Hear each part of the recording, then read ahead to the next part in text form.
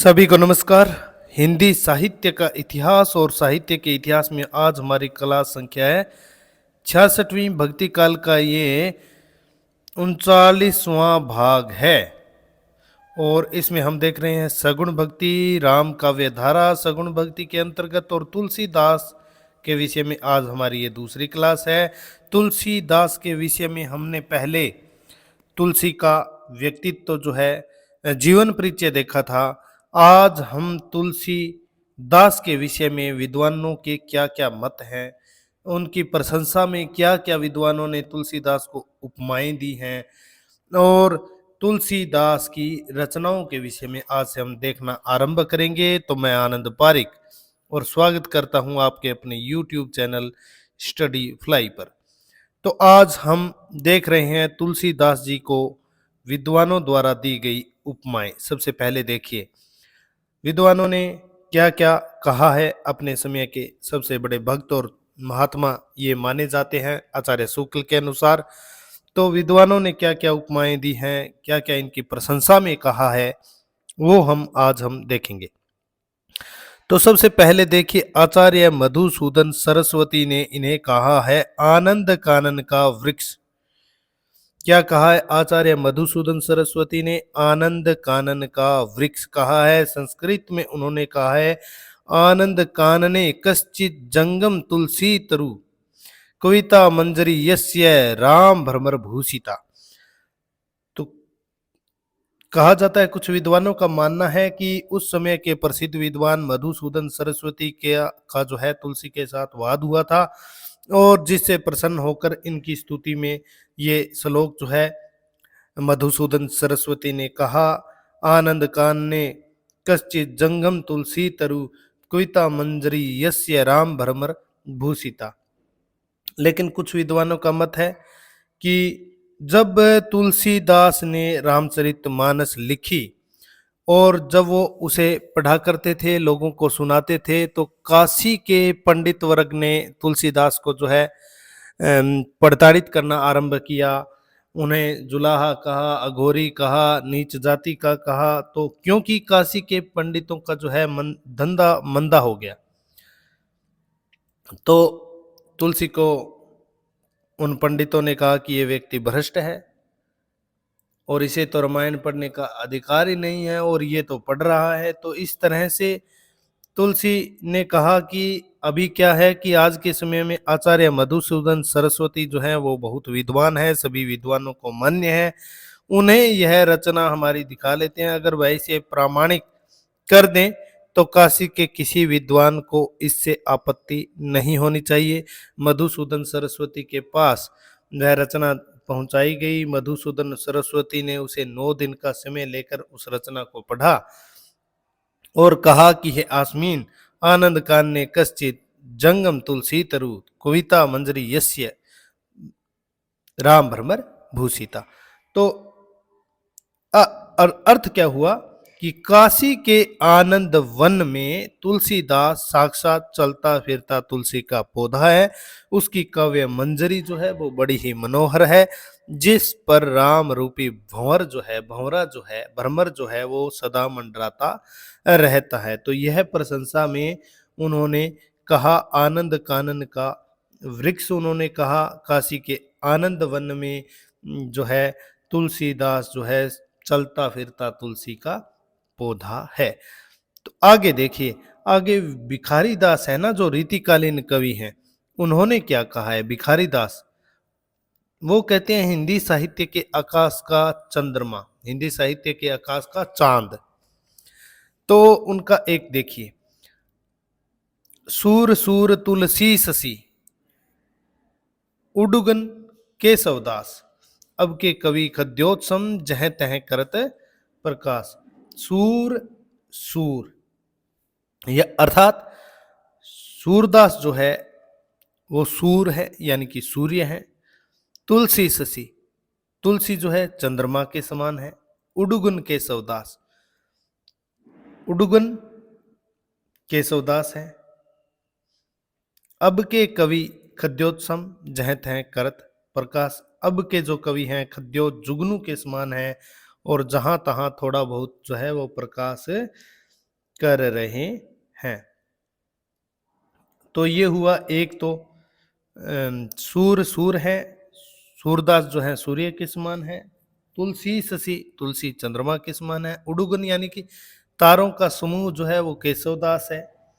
तो इस तरह से भिखारी दास ने उपमा दी, चंद्रमा से उपमा की यहाँ पर तुलसीदास की। एक भिखारी दास का दोहा और देखिए, तुलसी गंग दोऊ भयो सु कबिन के सरदार, जिनके काव्यन में मिले भाषा विविध प्रकार। ये और भिखारी दास जो है वो कहते हैं तुलसी की प्रशंसा में। तुलसी की प्रशंसा करते हुए हरिओत जी ने क्या लिखा है, कविता करके तुलसी न लसे, कविता ही लसी पा तुलसी की कला, राम को भज अमर न हुए तुलसी, तुलसी को पा अमर है राम लल्ला। ये कहा अयोध्या सिंह उपाध्याय हरिओद ने कि कविता करके तुलसी प्रसन्न नहीं हुए, बल्कि कविता ही जो है प्रसन्न हो गई तुलसी जैसा कवि को।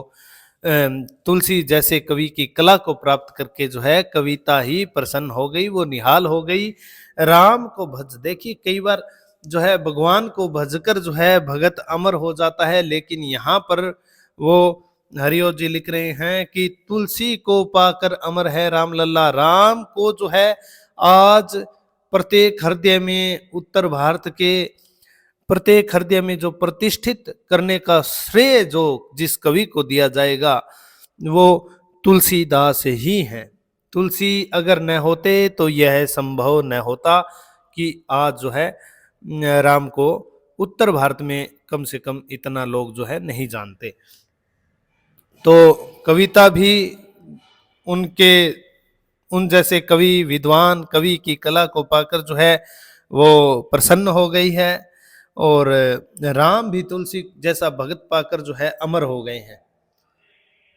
तो ये बहुत ही महत्वपूर्ण जो है बताया है हरिओत जी ने, उनकी प्रशंसा में लिखा है। आगे देखिए क्या कहा है नाभादास जी। नाभादास जी ने क्या कहा है, नाभादास जी ने कहा है, कली काल का वाल्मीकि, कली काल का वाल्मीकि, कली कुटिल जीव निस्तार हित वाल्मीकि तुलसी भेव। सभी लगभग 316 छपे उन्होंने लिखे, 200 भक्त कवियों के विषय में, एक छपे तुलसी के विषय में उन्होंने लिखा, जिसमें उन्होंने कली कुटिल जीव निस्तार हित वाल्मीकि तुलसी भयो। तो कली काल का वाल्मीकि कहा किसे, तुलसीदास को। किसने, नाभादास ने भक्तमाल में।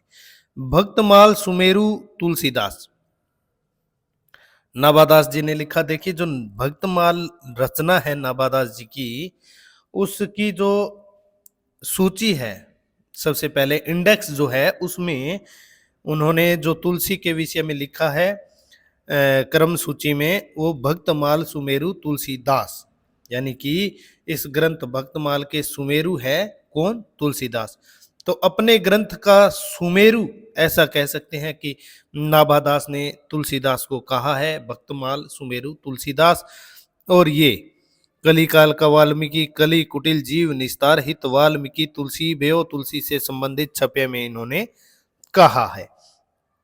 अब तुलसीदास की जीवनी, मानस का हंस नाम से लिखने वाले उपन्यासकार अमृतलाल नागर, मानस का हंस अमृतलाल नागर, ये इनका एक उपन्यास है तुलसी की जीवनी पर। अमृतलाल नागर ने मानस का हंस उपन्यास तुलसी की जीवनी पर लिखा, और एक सूर की जीवनी पर इन्होंने खंजन नयन लिखा। बहुत ही अच्छा उपन्यास मानस का हंस अमृतलाल नागर का। तो मानस का हंस किसने कहा, अमृतलाल नागर ने। अब मुगल काल का सबसे बड़ा आदमी तुलसी को कौन मानता है, एक अंग्रेज विद्वान विंसेंट स्मिथ। तुलसी के समकालीन जो शासक था अकबर, अकबर से भी महान विंसेंट स्मिथ ने तुलसी को माना। हिंदी का जातीय कवि, हिंदी का जातीय कवि किसने माना, रामविलास शर्मा ने। शुक्ल ने भी शर्मा जी के इस कथन का समर्थन किया है। हिंदी का जातीय कवि तुलसीदास नाम से उन्होंने एक निबंध जो है विराम चिन्ह में लिखा। और आपको पता ही होगा विद्यापति को डॉक्टर बच्चन सिंह ने जातीय कवि कहा है, अपरूप का कवि कहा है, और हिंदी का जातीय कवि रामविलास शर्मा ने तुलसी को कहा है। गौतम बुद्ध के बाद भारत का सबसे बड़ा लोक नायक, ये कहते हैं ग्रियर्सन। तुलसी को गौतम बुद्ध के बाद भारत का सबसे बड़ा लोक नायक कहने वाले विद्वान, अंग्रेज विद्वान ग्रियर्सन। और भक्ति का महासागर निराला व शुक्ल जी, पहले निराला ने कहा, फिर शुक्ल जी ने भी इसका समर्थन किया। समन्वयवादी कवि, ये तो आप सबको पता ही है। समन्वयवादी किसने कहा? भारत का लोकनायक वही हो सकता है जो समन्वय का अपार धैर्य, समन्वय कर सके, समन्वय का अपार धैर्य लेकर आया हो। और तुलसी का सारा काव्य ही समन्वय की विराट चेष्टा है, यह कहने वाले विद्वान आचार्य हजारी प्रसाद द्विवेदी। लोक मंगल की साधना अवस्था का कवि आचार्य शुक्ल ने इन्हें कहा है।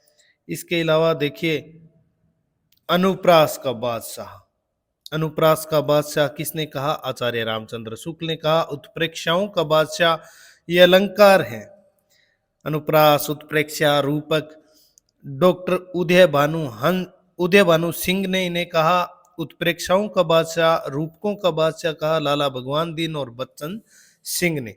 तो अनुप्रास का बादशाह आचार्य रामचंद्र शुक्ल, उत्प्रेक्षाओं का बादशाह डॉक्टर उदय भानु सिंह, रूपकों का बादशाह लाला भगवान दीन डॉक्टर बच्चन सिंह ने कहा। इसके अतिरिक्त देखिए, तुलसी धर्म ध्वज है, ये किसने कहा? आचार्य चतुरसेन शास्त्री, तुलसी धर्म ध्वज हैं।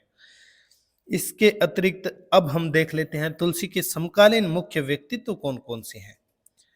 तो तुलसी के समकालीन शेरशाह सूरी उनके समकालीन आते हैं, हुमायूं है, अकबर भी उनके समकालीन है, टोडरमल जो उनके मित्र थे, भूमियार टोडरमल, रसखान है, मित्र हैं। सबसे पहले रामचरितमानस सुनाया गया। नाभादास राम भक्त कवि, और नाभादास से तुलसीदास का मिलना भी लिखा है, ये भी आप जानते हैं। मीरा भी समकालीन थी, मीरा को तुलसी ने पत्र भी लिखा, ऐसा माना जाता है। रहीमदास जो हैं वो मित्र हैं तुलसी के। कैलाश कवि, गंगाराम, गंग कवि, तो ये सब तुलसी के जो है ऐसे इतिहास के मुख्य व्यक्तित्व हैं जो तुलसी के समकालीन माने जाते हैं। शेरशाह सूरी, हुमायूं, अकबर, टोडरमल, रसखान, नाभादास, मीरा, रहीमदास, कैलाश कवि, गंगाराम, ये मुख्य हैं। तो अब हम देखते हैं तुलसीदास जी की रचनाओं के विषय में। तो तुलसीदास की काव्य यात्रा, देखिए तुलसीदास की काव्य यात्रा, रचनाएं, इनकी जो काव्य यात्रा है उसको हम दो भागों में विभक्त कर सकते हैं। एक तो मानस से पहले की रचनाएं हैं, और फिर मानस के बाद की मानसोत्तर जिन्हें रचनाएं बोलते हैं। मानस के बाद की पार्वती मंगल से लेकर के हनुमान बाहु कवितावली तक की जो रचनाएं हैं वो बाद की रचनाएं हैं। अब रचना तो हम अलग अलग पढ़ेंगे, इनकी सारी रचनाएं जो महत्वपूर्ण हैं 12-13 रचनाएं, उनके विषय में तो बिल्कुल एकदम विस्तार से पढ़ेंगे। लेकिन कुछ तथ्य है, विद्वान क्या मानते हैं, कितनी संख्याएं हैं, कौन कौन सी रचनाएं हैं, पहले उनके विषय में आज इस क्लास में हम देखेंगे। विभिन्न विद्वानों ने तुलसी द्वारा रचित ग्रंथों की संख्या भिन्न भिन्न मानी है। कोई कितनी ही संख्या बता रहा है, कोई विद्वान कितनी, कुछ प्रमाणिक बातें भी हैं वो भी हम देखेंगे।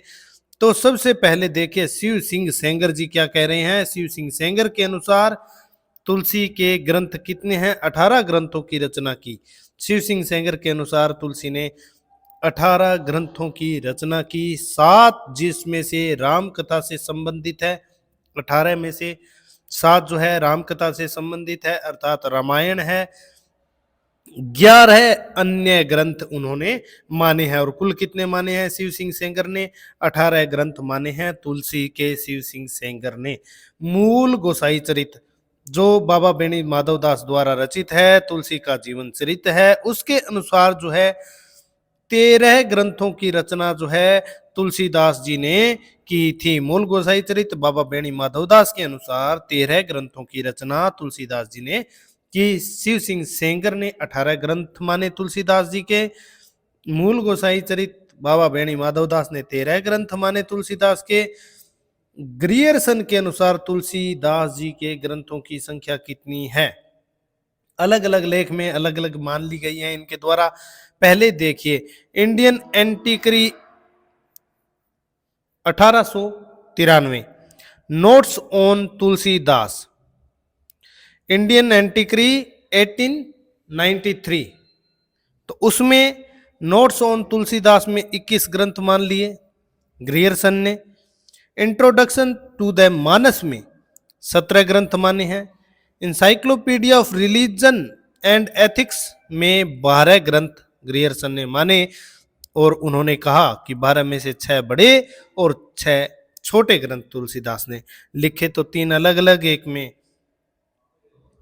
21 ग्रंथ माने, एक में 17। इंट्रोडक्शन टू द मानस और encyclopedia of religion and ethics में उन्होंने 12 ग्रंथ तुलसीदास द्वारा रचित माने।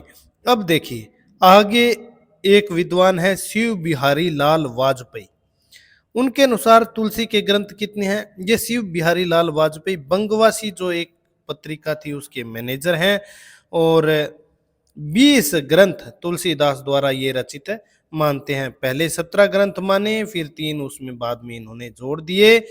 तो ये शिव बिहारी लाल वाजपेयी का मत है। इसके बाद मिस्र बंधु क्या मान रहे हैं? मिस्र बंधुओं के अनुसार तुलसी के ग्रंथों की संख्या कितनी है? 25 ग्रंथ माने मिस्र बंधुओं ने और 12 ग्रंथ जो है प्रामाणिक मानते हैं। मिस्र बंधु 12 ग्रंथ तुलसी के प्रामाणिक मानते हैं, 25 ग्रंथ ये इनके टोटल मानते हैं। इन्होंने ग्रियर्सन के जो 21 ग्रंथ, आपने देखा होगा ग्रियर्सन ने इंडियन एंटीक्री नोट्स ऑन तुलसीदास में 21 ग्रंथ माने हैं। उन्हीं 21 ग्रंथों में मिस्र बंधुओं ने 4 ग्रंथ और जोड़ दिए। 25 में से 12 ग्रंथों को प्रामाणिक मानते हैं। कौन? मिस्र बंधु। अब आगे देखिए, नागरी प्रचारणी सभा की खोज रिपोर्ट के अनुसार 37 ग्रंथ तुलसीदास जी ने लिखे। नागरी प्रचारणी सभा की जो खोज रिपोर्ट थी उसके अनुसार उसमें उन्होंने दिया, मेंशन किया कि 37 जो है ग्रंथ तुलसीदास ने लिखे।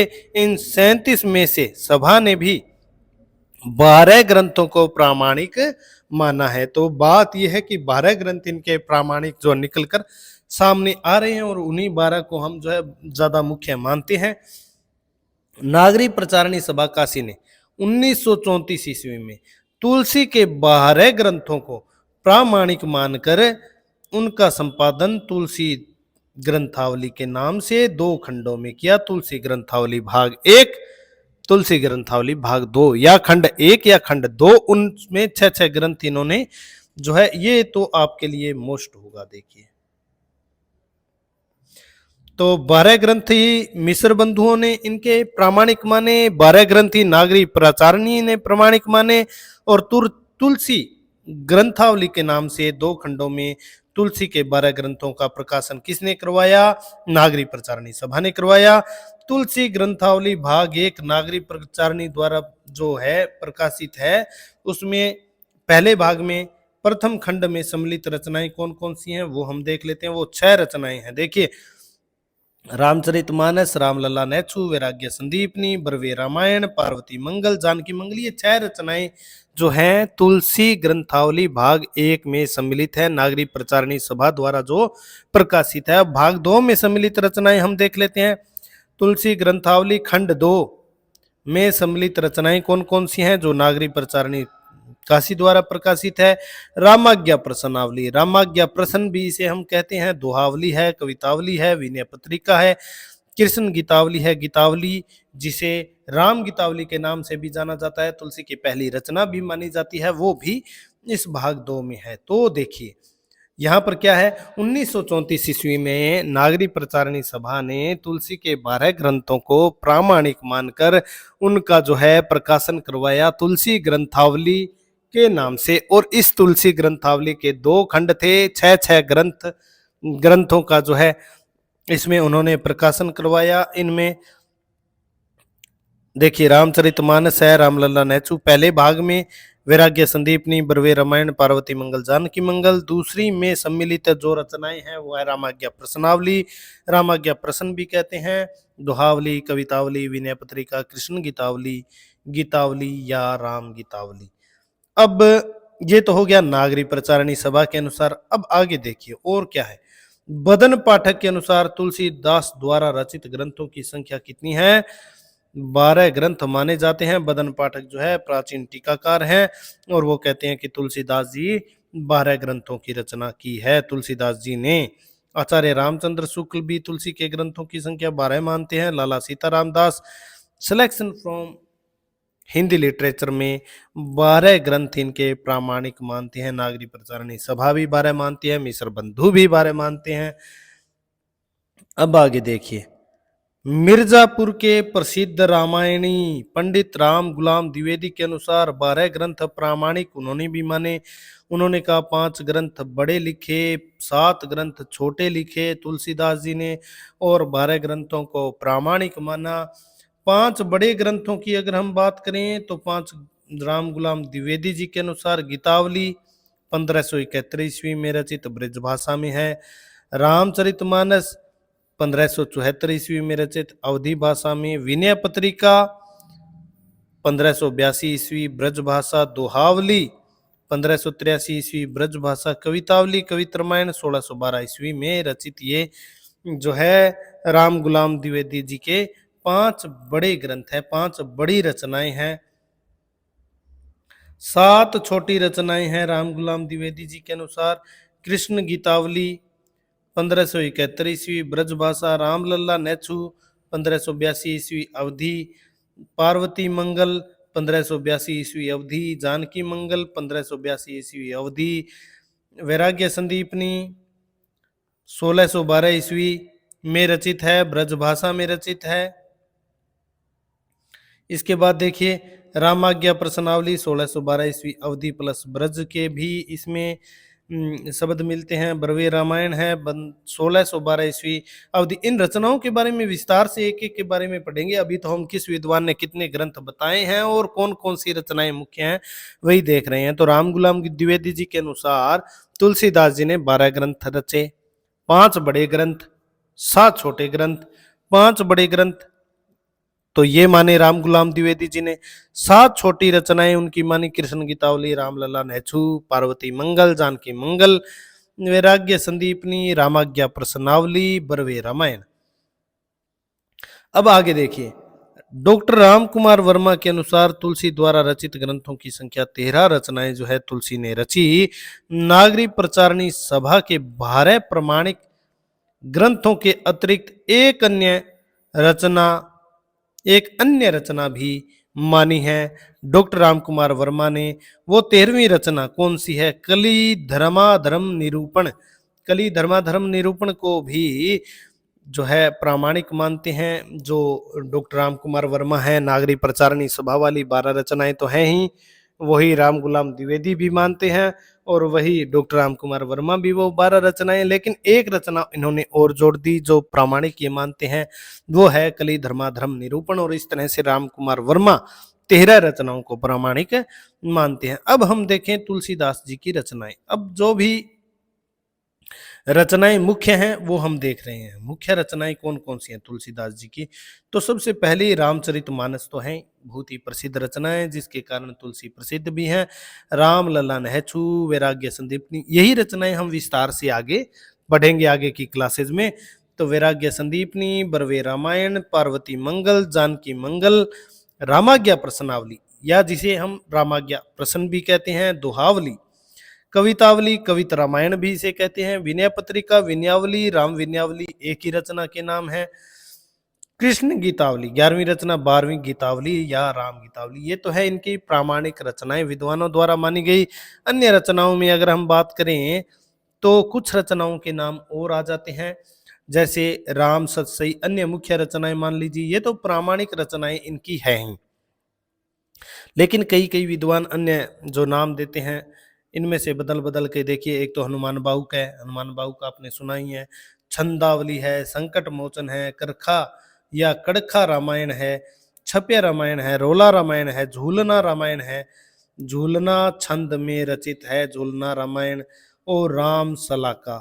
तो ये अन्य इनकी रचनाएं हैं, महत्वपूर्ण रचनाएं। रामचरितमानस, रामलला नेचू जो प्रामाणिक रचनाएं हैं, वैराग्य संदीपनी, बरवे रामायण, पार्वती मंगल, जानकी मंगल, रामाज्ञा प्रश्नावली या रामाज्ञा प्रश्न, दोहावली, कवितावली जिसे कविता रामायण भी कहते हैं, विनय पत्रिका, विनयावली, राम विनयावली, तीनों इसी के नाम है। कृष्ण गीतावली, गीतावली को राम गीतावली भी कहते हैं, और कृष्ण गीतावली तो कृष्ण का नाम आ ही गया, तो कृष्ण से संबंधित ये रचना है, और राम से संबंधित है वो राम गीतावली है। तो भ्रमर गीत परंपरा का निर्वाह जिस रचना में तुलसी ने किया है तो वो कृष्ण गीतावली ही है, सूरदास के आग्रह पर रचित है। और अन्य रचनाओं में राम सतसई, हनुमान बाहुक, छंदावली, संकट मोचन, करखा या कड़खा रामायण, छप्या रामायण, रोला रामायण, झूलना रामायण, राम सलाका। तो ये है इनकी रचनाएं, और आपको समझ में आ गया होगा कि 12 इनकी प्रामाणिक रचनाएं हैं, अलग अलग विद्वानों ने अलग अलग इनकी रचनाओं की संख्या मानी है। तो मुख्य रचनाएं हमने देख ली, इन्हीं में से जो है परीक्षाओं में प्रश्न जो है पूछे जाते हैं। तो इसी के साथ आज की क्लास को हम यहीं पर समाप्त करते हैं। तो और विनम्र निवेदन यह है कि अगर आपको हमारी क्लास पसंद आ रही है तो इसे आप लाइक, शेयर और चैनल को सब्सक्राइब अवश्य कीजिए। और अगर आपको हमारे ये हस्तलिखित जो हैंड रिटन नोट्स हैं ये आपको चाहिए, तो इसके लिए भी हम जो है थोड़े दिनों में आपको ये नोट्स भी उपलब्ध करवा देंगे। प्रीवियस ईयर क्वेश्चंस भी उनमें जो है सभी परीक्षाओं में पिछले 20-25 सालों में जो पूछे गए क्वेश्चन है वो भी उन नोट्स में साथ में ही हम मेंशन करेंगे लास्ट में।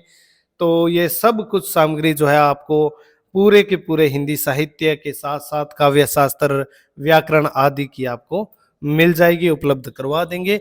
तो बने रहिए हमारे साथ, और नए केवल हिंदी के बल्कि अन्य सब्जेक्ट्स के भी नोट्स हम आपको उपलब्ध करवा देंगे, हैंड रिटन, और सभी क्वेश्चन भी जो है ऑब्जेक्टिव जो पिछली परीक्षाओं में पूछे गए हैं, किस तरह से क्वेश्चन जो है पूछे जाते हैं, वो सब सामग्री आपको उपलब्ध करवा दी जाएगी।